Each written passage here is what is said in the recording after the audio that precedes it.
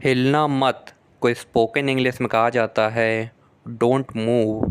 Don't move, don't move. जैसे कि हम कहीं हेयर कट कराने जाते हैं तो बार्बर वाला कहता है ना हिलो मत, हिलना मत, तो वो स्पोकन इंग्लिश में कहेगा don't move, don't move, don't move, हिलना मत।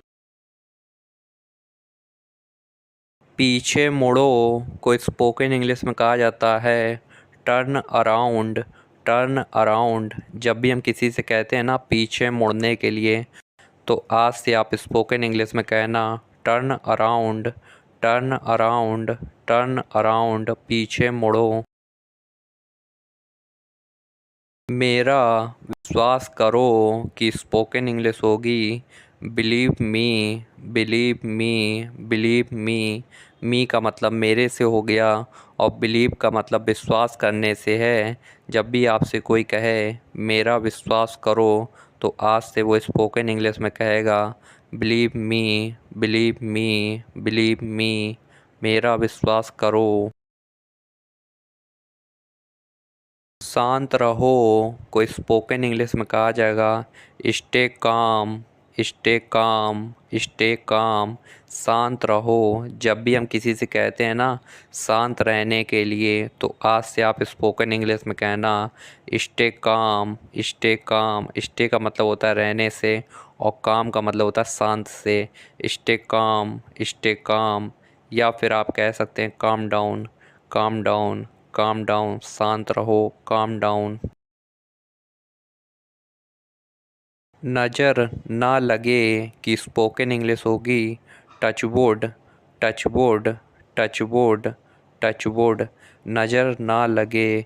जब भी आपसे कोई कहे तुम आज बहुत सुंदर लग रहे हो, नज़र ना लगे, तो आज से वो स्पोकन इंग्लिश में कहेगा touch wood, touch wood, touch wood, यानी कि नज़र ना लगे, टच वुड। समेट लो की स्पोकन इंग्लिश होगी पैकअप, पैकअप, पैकअप, यानी कि समेट लो। जब भी हम किसी से कहते हैं ना अपना सामान समेट लो और अपने घर जाओ, तो समेट लो यानी पैकअप। अपने सामान समेटने के लिए कहा जाता है पैकअप, पैकअप, पैकअप, यानी कि समेट लो। वैसा ही की स्पोकन इंग्लिश होती है like vice, likewise, likewise, वैसा ही। जैसे कि हम किसी से कहें ये वैसा ही सामान है जैसा मैंने देखा था, वैसा ही। Total likewise, likewise, बिल्कुल वैसा ही। लाइक वाइस, वैसा ही सामान है जैसा देखा था, यानी कि लाइक वाइस, वैसा ही। Likewise, likewise. घबराओ मत की स्पोकन इंग्लिश होती है don't panic, don't panic, don't panic.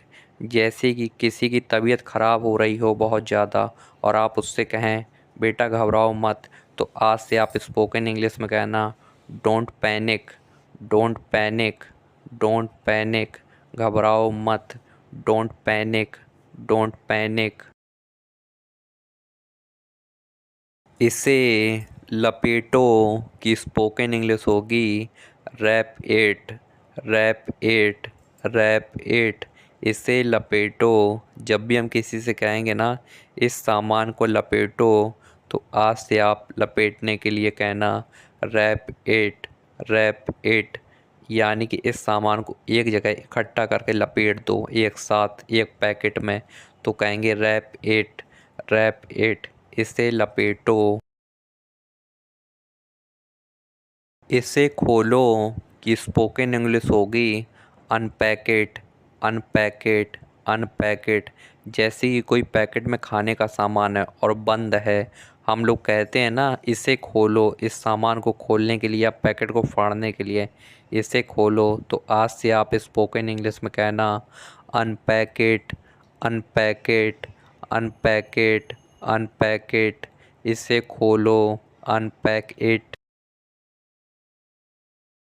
भगवान जाने की स्पोकन इंग्लिश होती है God knows, God knows, God knows.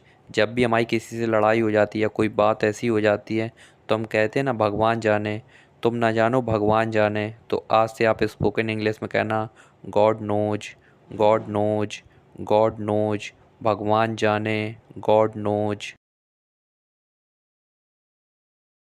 हम सभी को स्पोकन इंग्लिश में कहा जाता है all of us, all of us, all of us, हम सभी, all of us, all of us.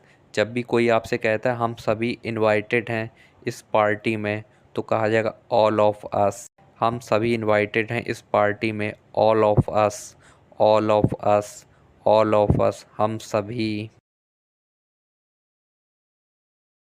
अगली बार को स्पोकन इंग्लिश में कहा जाएगा next time, next time, next time, यानी कि अगली बार। जब भी हम किसी से कहते हैं ना कि हम तुम्हारे घर अगली बार आएंगे, इस बार नहीं आ पाए अगली बार आएंगे, तो अगली बार के लिए कहा जाता है next time, next time, next time. जब भी अगली बार कहा जाएगा तो नेक्स्ट टाइम कहा जाएगा, नेक्स्ट टाइम। अगली बार हम खाना खाएंगे आपके यहाँ आके, तो कहा जाएगा next time, next time, next time. मेरी बारी को स्पोकन इंग्लिश में कहा जाएगा my turn, my turn, my turn. जब भी हम कोई गेम खेलते हैं 3-4 लोग मिलके, तो कोई भी कहता है ना अब मेरी बारी है खेलने की, अब मेरी बारी, तो कहेगा my turn, my turn, my turn.